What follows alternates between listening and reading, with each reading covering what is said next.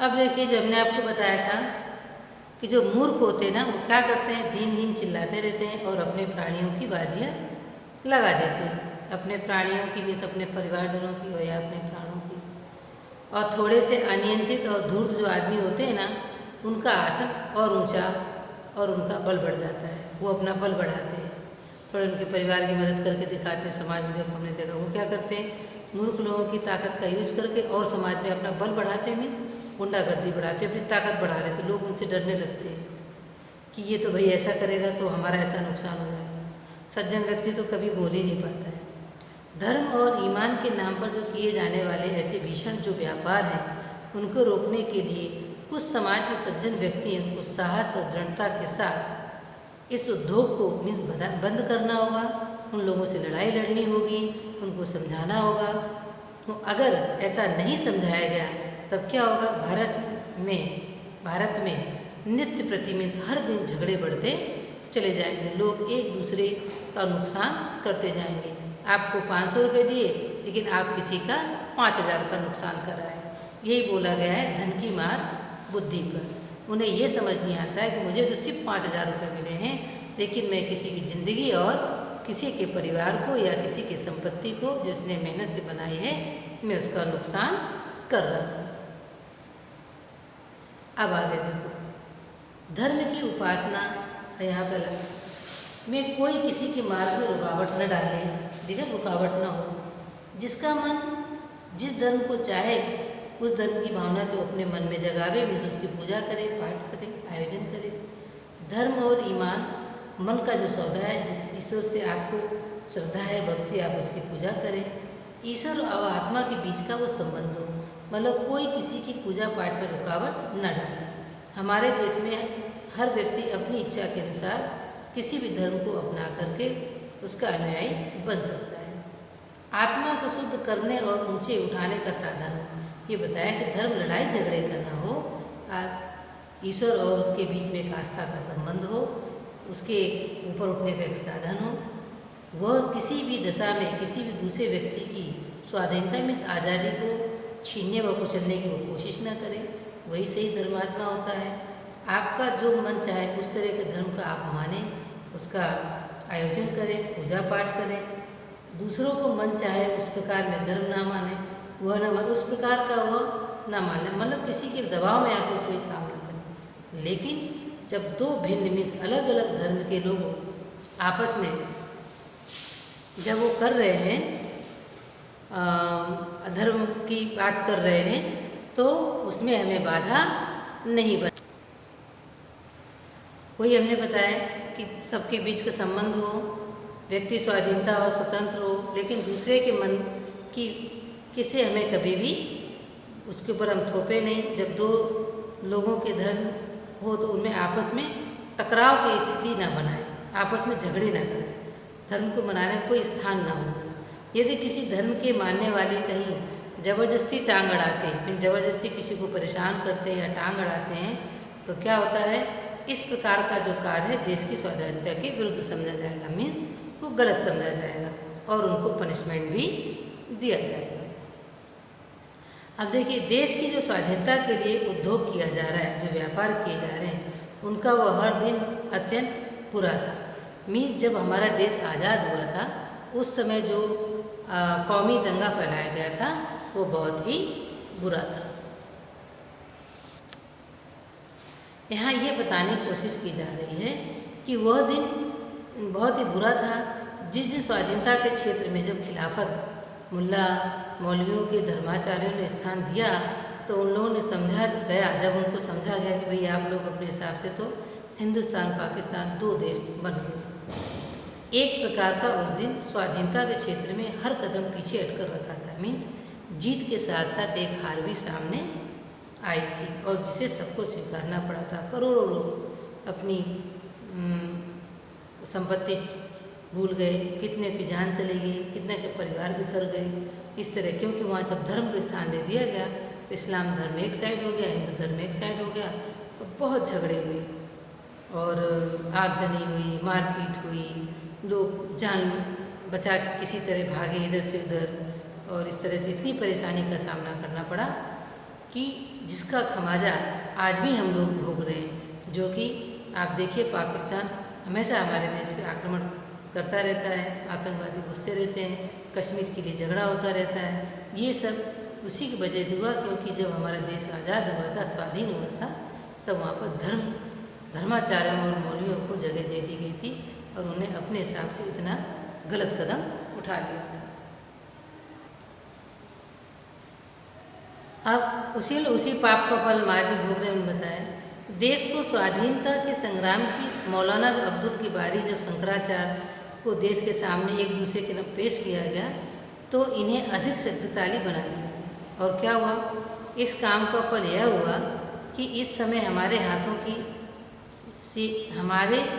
हाथों ही से बढ़ाई इनकी और इनके लोगों की शक्तियाँ हमारी उखाड़ने और देश मजहबी पागलपन प्रपंच में फंस गया। मीन्स बहुत सारे उत्पात हुए, बहुत सारे झगड़े हुए, मारा पीटी हुई, इस तरह से हुआ और उत्पात का राज स्थगित कर दिया। स्थगित मीन्स रुकावट डाल दी। अब महात्मा गांधी यहाँ बताया, देखो महात्मा गांधी भी धर्म को सर्वत्र में सब जगह स्थान रहा उनके जीवन में। वे धर्म के बिना एक कदम भी नहीं चलते थे, परंतु उनकी बात उड़ने से पहले क्या होती, प्रत्येक आदमी की कर्तव्य को याद दिलाती थी। वो क्या करते थे, धर्म के माध्यम से ही लोगों को सही राह पर चला पाए और एक दूसरे पे जोड़ पाए। इसलिए वो महात्मा जी के धर्म का स्वरूप अलग ही था और उनका मतलब था धर्म को ऊंचे और उदार तत्वों से होना चाहिए, जो समाज का कल्याण करे, लोगों को एक साथ जोड़े, उनमें झगड़े न करवावे। वही एक सच्चा धर्म है। इस तरह से वो बात करते हैं कि किसे कोई इतराज़ हो सकता है उनके मानने से। अब यहाँ बताया है कि देखिए जो आडंबर है वहाँ दिखाया है कि अजा देने वाले मौलवी साहब जो हैं, शंख बजाने वाले हिंदू धर्म के, नाक दबाने वाले भी, नमाज पढ़ने वाले का धर्म नहीं है। मतलब ये नहीं कि हम दिखावा करते रहें, 5 बार नमाज पढ़ रहे हैं, राम नाम की कपड़ा ओढ़े हैं, कुर्ता पहने हैं, टीका लगाए हैं, घंटी बजा रहे हैं, शंख बजा रहे हैं, लेकिन ये धर्म नहीं होता है। शुद्धाचरण और सदाचार ही धर्म के स्पष्ट चिन्ह में। शुद्धाचरण शुद्ध आचरण, किसी के साथ गलत नहीं करना, किसी को परेशान नहीं करना, बेईमानी नहीं करना, मारपीट नहीं करना, चोरी चपाटी नहीं करना, लोगों को सही रास्ता दिखाना, सबके बारे में अच्छा सोचना, वो धर्म होता है। 2 घंटे अब देखो पूजा कीजिए, यहाँ बताया उसका उदाहरण। कोई 2 घंटे बैठकर पूजा करता है तो कोई 5 वक्त नमाज भी अदा कर लेता है, परंतु ईश्वर को इस प्रकार का रिश्वत दे चुकने के पश्चात में ईश्वर के इस तरह का आप दिखावा कर रहे हैं। यदि आप जानते हैं कि दिन भर बेईमानी कर रहे हैं और दूसरों को तकलीफ़ पहुंचा रहे हैं, तो फिर वो 5 बार नमाज पढ़ना और 2 घंटे पूजा करना किसी काम का नहीं है। तो इस धर्म का क्या है। अब आगे आने वाला जो समय है वो इस धर्म को बिल्कुल भी ऐसे लोगों को टिकने नहीं देगा, ऐसे धर्म के लोगों को टिकने नहीं देगा। जो ऐसा दिखावा करेगा उसको उखाड़ फेंकेंगे। तो क्या करेंगे, न तो उनका पूजा पाठ देखा जाएगा, अगर देखा जाएगा तो भल मनसाहत जो लोग भले लोग हो, जो समाज के लिए हितकारी हैं, वही कसौटी पर आगे आएंगे, उनका ही आचरण पूजा जाएगा, है ना। केवल आपका आचरण ही होगी, मतलब आपके अच्छे विचार, आपका अच्छा चाल चलन। सबके कल्याण की दृष्टि से आपको अपने आचरण को सुधारना पड़ेगा। यह बताया कि सबके कल्याण की दृष्टि से आचरण मीन्स आपके काम करने का तरीका, विचारधारा। यदि आप अपने आचरण को नहीं सुधारेंगे तो नमाज, रोजे, पूजा, गायत्री आपको देश के अन्य लोगों की आज़ादी के रौंदने में उनकी आज़ादी को तोड़ने, उनको कुचलने का कोई भी अधिकार आपको नहीं देगा। क्या होगा, देश भर में उत्पातों का कीचड़ उछालने के लिए आज़ाद न छोड़ सकेगी। मीन्स आपको इस तरह से आज़ाद नहीं छोड़ा जाएगा कि आप दूसरों को परेशान करते रहें, आप दूसरे के धर्म में व्यवधान डालते रहें, लोगों के साथ मजाक करते रहें, उनकी संपत्ति को नुकसान करते रहें। इस तरह के लोगों को देश बख्शेगा नहीं, लोग बख्शेंगे नहीं और उन्हें कड़ी से कड़ी सज़ा दी जाएगी। अब यहाँ बताया है कि उन्हें तो नहीं छोड़ेगी सरकार या लोग नहीं छोड़ेंगे, लेकिन ऐसे धार्मिक लोगों से तो कौन दीनदार से तो अच्छे कौन है, बेला मजहब, वे लामजहब, जो किसी धर्म को नहीं मानते, न हिंदू को मानते, न मुसलमान, न सिख, न पारसी, वो नास्तिक होते हैं। नास्तिक होते हैं वो किसी धर्म को ना मानने से बहुत अच्छे होते हैं और ऊंचे हैं, जिनका आचरण अच्छा है, जो दूसरों को सुख पहुंचाने का काम करते हैं, उनका ख्याल रखते हैं, और मूर्खों की किसी स्वार्थ सिद्धि से वो किसी को उकसाते नहीं हैं या किसी को उकसाने में वो आते नहीं हैं। उन्हें अच्छे और बुरे की परख है। ईश्वर इन नास्तिकों और लामजहब लोगों को अधिक प्यार करेगा। मीन्स बताया कि ईश्वर इनको ही सबसे ज़्यादा पसंद करेगा, जो दूसरों की मदद करता है, उनका ख्याल रखता है, ज़रूरतमंद के पास खड़ा होता है, लोगों को सही रास्ता बताता है, अपने साथ साथ देश और समाज को भी उन्नति के रास्ते पर ले जाता है। उन्हीं को ईश्वर पसंद करेगा। वह अपने पवित्र नाम और अपवित्र नाम करने वालों को यह करना पसंद करेगा। मीन्स वो ये पसंद करेगा जो अच्छा काम करता है वही उनका सच्चा भक्त है। जो नमाज, पूजा पाठ, माला और टीका लगा करके भी गलत काम करता है, उनकी पूजा व्यर्थ है। जो सच्चे हृदय से उनको पूजेगा, समाज की भलाई करेगा, वही उनका एक सच्चा अनुयायी होगा। इस प्रकार से वो बोल रहे हैं कि माने या ना माने, तुम्हारे मानने से ईश्वरत्व कायम नहीं रहेगा। अगर तुम बहुत ही पूजा पाठ दिखावा करते हो तो उससे ईश्वरत्व कायम नहीं रहेगा। ईश्वर सबकी एक दृष्टि से देखता है, सब उसे दिखाई देता है कौन सच है कौन गलत है। दया करके, यहाँ लेखक बोल रहा है कि सबसे ये गुहार कर रहा है कि दया करके मनुष्यत्व को मानो। मीन्स मनुष्य को मानो, उसकी भलाई करो, देश का उत्थान करो, पशु बनना छोड़ो, आदमी बनो। मीन्स जिस तरह एक आदमी की मदद करता है, एक परोपकारी जीवन जियो, वही एक सच्चा मनुष्य होता है।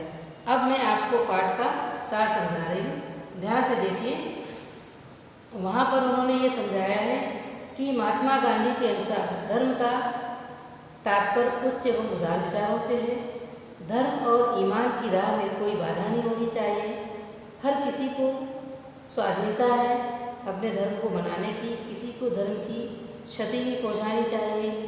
और लेखक कहना चाहता है कि पशुता को छोड़कर मनुष्यता अपनाओ, वही जीवन मूल्य को ग्रहण करने की उन्होंने शिक्षा दी है।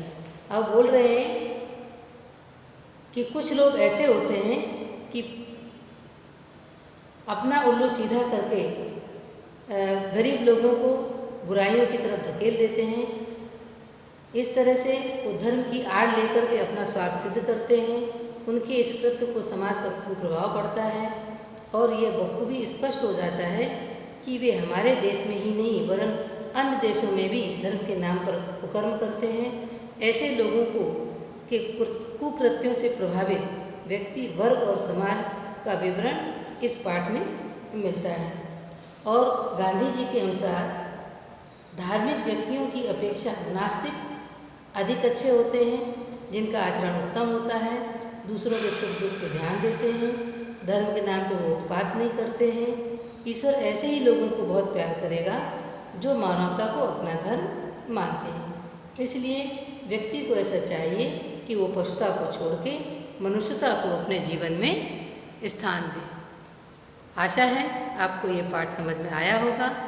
इस पाठ को लाइक करें, शेयर करें और सब्सक्राइब करें।